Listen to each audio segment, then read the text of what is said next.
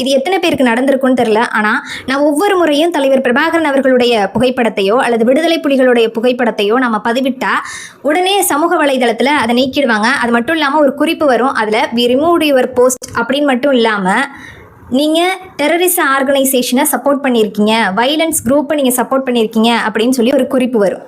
அதுக்கு சரியான கேள்வியா ஐயா காசியானந்தன் அவர்கள் ஒரு புத்தகத்தில் எழுதியிருக்காங்க. அதை நான் உங்களுக்கு படிக்கிறேன். யார் பயங்கரவாதிகள்? வன்கொடுமையாளர்கள் என்று புலிகளுக்கு பட்டம் சூட்டப்படுகிறது. அறத்தை காக்க களம் இறங்கியவர்கள் மீது 1000 வசைகள் அள்ளி வீசப்படுகின்றன. யார் பயங்கரவாதிகள்? விடுதலை புலிகளா? சிங்களப்படை வெறியர்களா? விடுதலை புலிகள் போரோடு தொடர்பில்லாத ஒரு சிங்களவனை என்றாவது சுட்டு கொன்றார்கள் என்று எவனாவது சொல்ல முடியுமா? ஆனால் சிங்களப்படை வெறியர்கள் போரோடு தொடர்பில்லாத 3 லட்சம் தமிழர்களை குண்டு பொழிந்தும் சுட்டும் வெட்டியும் அடித்தும் உயிரோடு எரித்தும் கொன்றிருக்கிறார்கள். யார் பயங்கரவாதிகள்? விடுதலை புலிகளா? சிங்களப்படை வெறியர்களா? விடுதலை புலிகள் ஒரு சிங்கள பெண்ணை என்றாவது பாலியல் வன்கொடுமைக்கு உள்ளாக்கினார்கள், தொட்டார்கள் என்று கூட எவனாவது சொல்ல முடியுமா?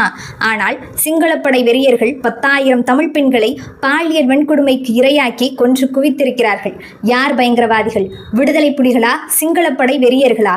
விடுதலை புலிகள் என்றாவது ஒரு சிங்களவனின் வீட்டை குண்டு வீசி உடைத்தெறிந்தார்கள் என்று எவனாவது சொல்ல முடியுமா? ஆனால் சிங்களப்படை வெறியர்கள் தமிழர்களின் 2 லட்சம் வீடுகளை குண்டு பொழிந்து கற்குவியலாய் குவித்திருக்கிறார்கள். யார் பயங்கரவாதிகள்? விடுதலை புலிகளா? சிங்களப்படை வெறியர்களா?